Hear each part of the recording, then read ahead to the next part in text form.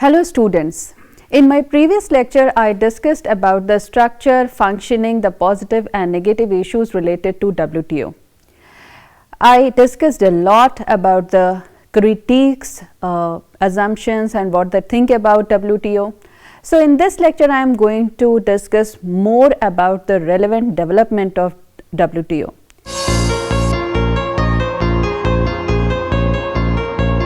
You will be able to understand in the agreement, I can say more time, better terms. Legal assistance, secretariat services such as committees, trade and development committees, subcommittees on least developed countries, the Doha Agenda Committee, WTO technical cooperations such as training, seminar and workshop, some issues which were raised in participation in the system and opportunities and concern, erosion of preferences, the ability to adopt the supply side, and at the end we will discuss as a whole.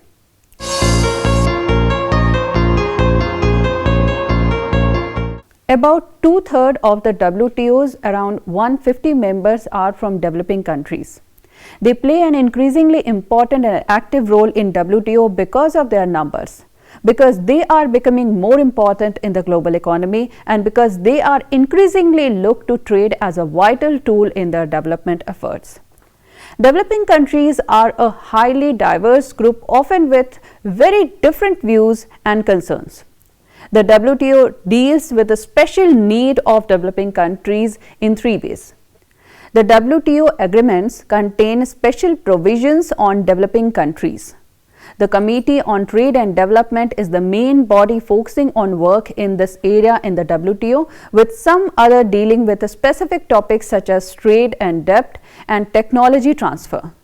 The WTO Secretariat provides technical assistance, mainly training of various kinds for developing countries. It can be argued that the developing countries can participate advantageously in the World Trade Organization. First, they have the means to devise a legal and regulatory system such as that of United Arab Emirates, and thereby develop capacities to avoid infringement of WTO legal regime. They are unlike China, without fear that their approach to WTO dispute settlement mechanism, which is also known as DSM, will attract the ire of the affluent developed countries. And the third reason is they have a capacity like Brazil's to enforce dispute settlement body, which is known as DSB decisions in their favor by DSB sanctioned trade retaliations. What are the lacking advantages? The least developed countries such as Bangladesh have very little capacity for advantageous participation. For the least developed countries, WTO membership does no more than impose a burden in the demands of them a WTO complaints legal infrastructure that many lack the social conditions and the expertise to construct. It follows that if the WTO is to become a fair, just and inclusive international trade regime, it must observe the principle of international distributive justice. That this principle can become operative in the WTO regime is demonstrable, and demonstrated in the course of proposition that there be a new climate law devised jointly by WTO and the United Nations organizations.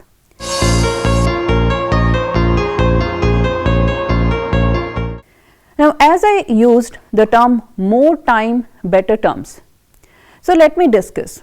The WTO agreements include the numerous provisions giving developing and least developed countries a special rights on extra leniency, a special and differential treatment.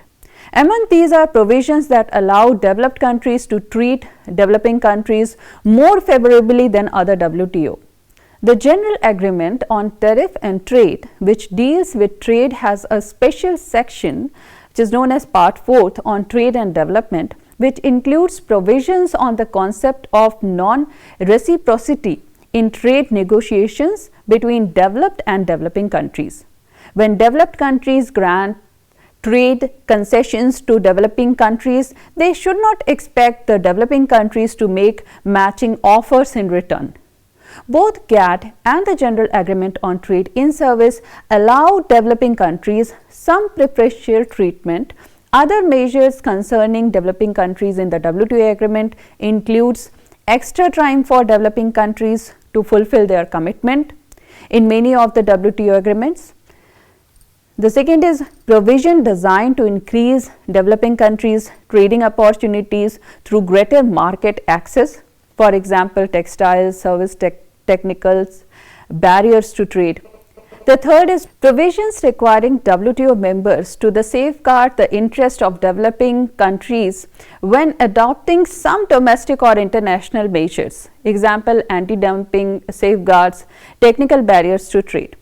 Provisions for various means of helping developing countries, for example, to deal with commitments on animal and plant health standards, technical standards, and in strengthening their domestic telecommunications sector.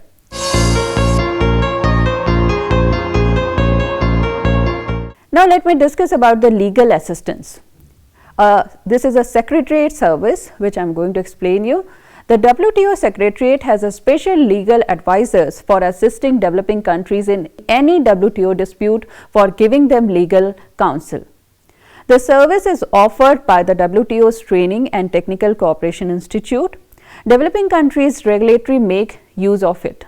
Furthermore, in 2001, 32 WTO governments set up an advisory center on WTO law. Its members consist of countries contributing to the funding and those receiving legal advice. All least developed countries are automatically eligible for advice. Other developing countries and transition economies have to be fee-paying members in order to receive advice.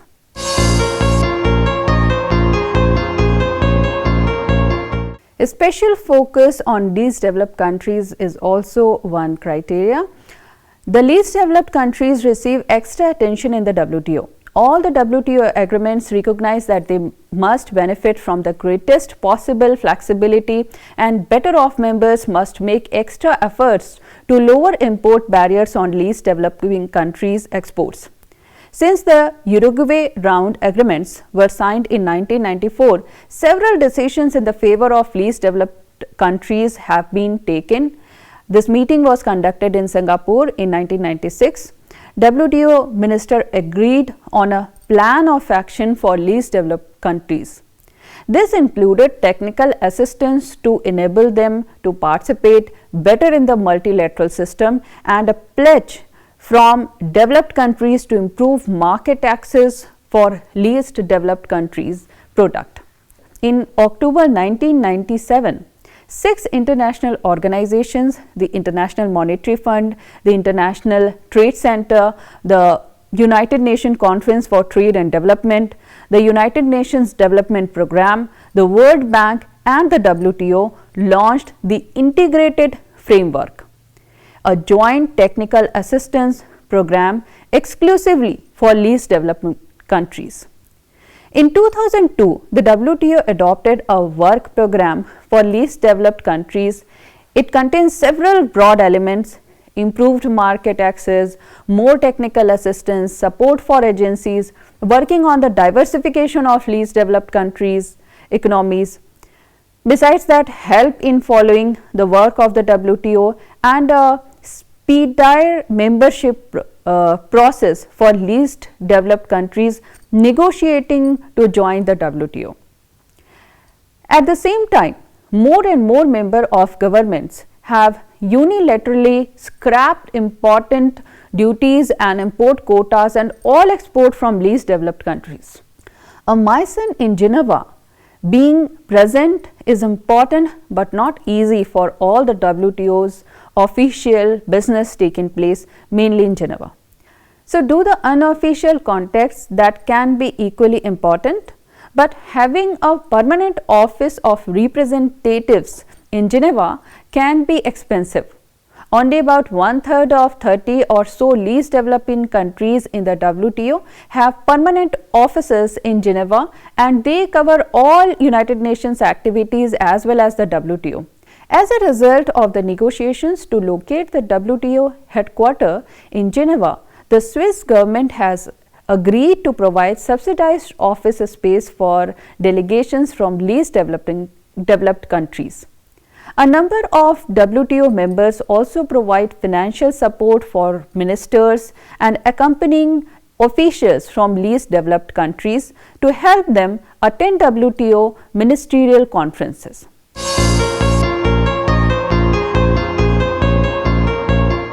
Now let me explain you different committees. Work specifically on developing countries within the WTO itself can be divided into two broad areas. First is the work of the WTO committees, this heading, and the second one is training for government officials and others by WTO Secretariat as mandated by the committees.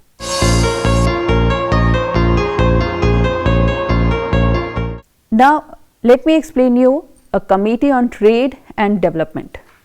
The WTO Committee on Trade and Development has a wide-ranging mandate. Among the broad areas of topics it has tackled as priorities are how provisions favoring developing countries are being implemented, guidelines for technical cooperation, increased participation of developing countries in the trading system, and the position of least developed countries. Member countries also have to inform the WTO about special programs involving trade concessions for products from developing countries and about regional arrangement among developing countries. The Trade and Development Committees has handled notification of Generalized System of Preferences program, in which developed countries lower their trade barriers preferentially from products from developing countries. Second is preferential arrangement among developing countries such as Mercosur, the Southern Common Market in Latin America, the Common Market for Eastern and Southern Africa (COMESA), and the Asian Free Trade Area (AFTA).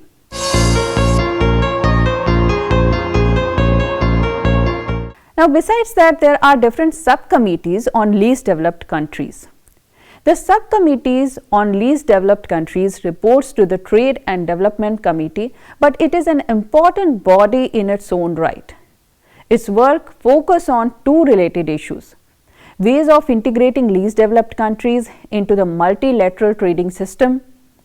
Technical cooperation, the subcommittees also examines periodically how special provisions favoring least developed countries in the WTO agreements are being implemented.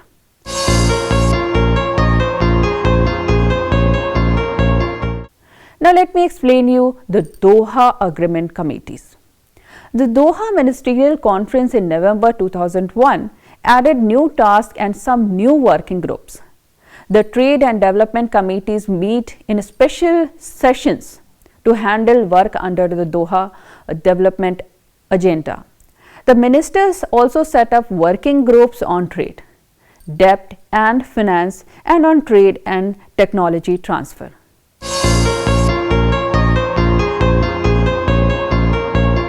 Now, I am going to explain the WTO technical cooperations.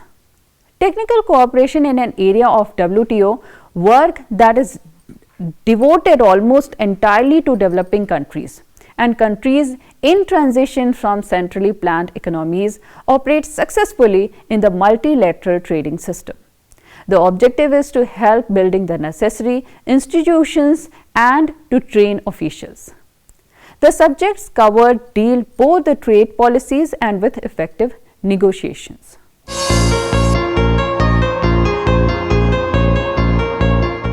Let me explain you training seminars and workshops conducted by WTO. The WTO holds regular training sessions on trade policies in Geneva. In addition, it organizes about 500 technical cooperation activities annually, including seminars and workshops in various countries and courses in Geneva. Targeted are developing countries and countries in the transition from former socialist or communist systems, with a special emphasis on African countries. Seminars have also been organized in Asia, Latin America, the Caribbean, Middle East and Pacific. Funding for technical cooperation and training comes from three sources: the WTO's regular budget, voluntary contribution from WTO members, and cost sharing either by countries involved in an event or by international organizations. So, the present regular WTO budget for technical cooperation and training is 7 million Swiss francs. Extra contribution by member countries go into trust funds administered by WTO Secretariat or the donor country. In 2004, contribution to trust fund totaled 24 million Swiss francs. A WTO Reference Center program was initiated in 1997 with the objective of creating a new work of computerized information center in least developed and developing countries. The centers provide access to WTO information and document through a print library, a CD-ROM collection, and through the Internet to WTO web sites and database. The centers are located mainly in trade ministers and in the headquarters of regional cooperation organizations. There are currently 140 references centers.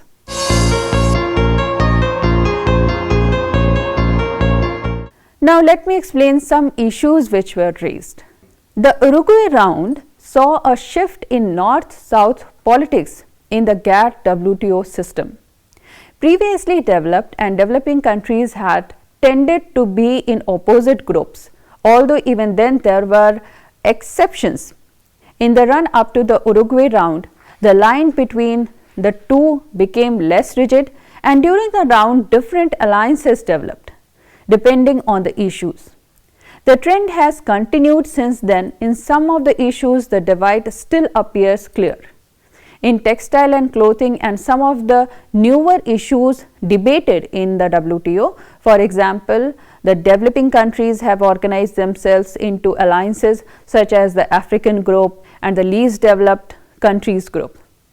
In many other, the developing countries do not share common interest and may find themselves on opposite side of a negotiation. A number of different coalitions among different groups of developing countries have emerged for this reason. The differences can be found in the subject of immense importance to developing countries, such as agriculture. This is a summary of some of the points that discussed in the WTO.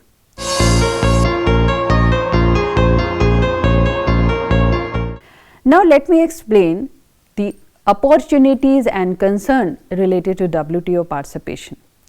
The WTO agreements, which were in the outcome of 1986 to 94 Uruguay round of trade negotiations, provide numerous opportunities for developing countries to make gains. Further liberalization through the Doha agenda negotiations aims to improve the opportunities. Among the gains are export opportunities. They include fundamental reform in agriculture, trade, phasing out quotas on developing countries, exports of textile and clothing, reduction in custom duties on industrial products, expanding the number of products whose customs duty rates and bounds under the WTO, making the rate difficult to raise, phasing out bilateral agreement to restrict traded quantities of certain goods. These grey areas measures, the so-called voluntary export restraints, are not really recognized under GATT WTO. In addition, liberalization under the WTO boosts global GDP and stimulates world demand for developing countries' export. But a number of problems remain there. Developing countries have placed on the Doha agenda a number of problems they face in implementing the present agreements, and they complain that they still face exceptionally high tariff on selected product, that is also known as tariff peaks, in important markets that continue to obstruct their import-export. Examples include tariff peaks on textile, clothing and fish products too. In the Uruguay round, on average, industrial countries made slightly smaller reduction in their tariff on the products which are mainly exported by developing countries. approximately 37%. Then on import for all countries, that is approximately 40%. At the same time, the potential for developing countries to trade with each other is also hampered by the fact that the highest tariff are sometimes in developing countries themselves. But the increased proportion of trade covered by binding committed ceiling that are difficult to remove has added security to developing countries' exports. A related issue is tariff escalations, where an importing country protects its processing or manufacturing industry by setting lower duties on import of raw materials and components and higher duties on finished product. The situation is improving. Tariff escalations remains after Uruguay round, but it is less severe, with a number of developed countries eliminating escalation on selected products. Now, the Doha agenda includes special attention to be paid to tariff peaks and escalations so that they can be substantially reduced.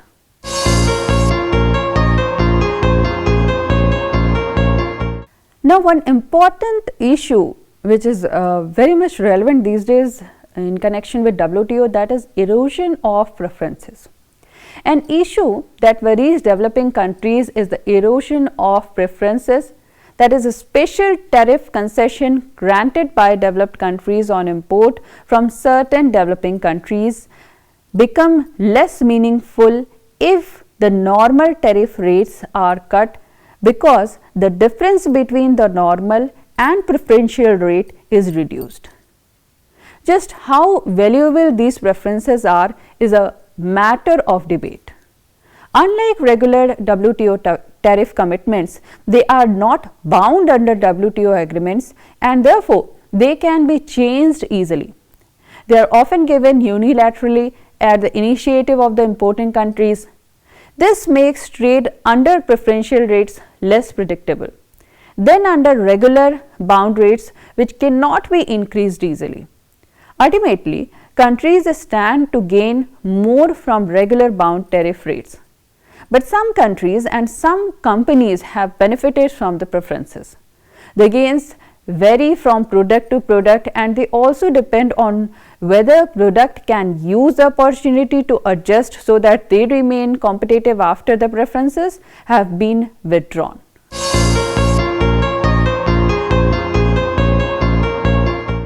Now, the next issue is the ability to adapt.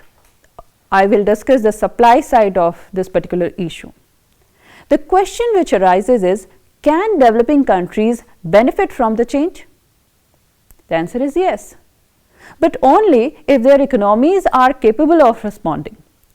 This depends on a combination of actions, from improving policy making and macroeconomic management to boosting training and investment. The least developed countries are worst placed to make the adjustment because of lack of human and physical capital, poorly developed infrastructures, institutions that don't function very well, and in some cases, political instability.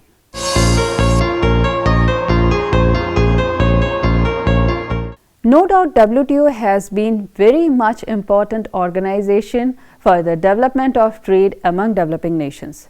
However, the technicalities in terms of rules and regulations have created several issues in the trade relation among the associated countries.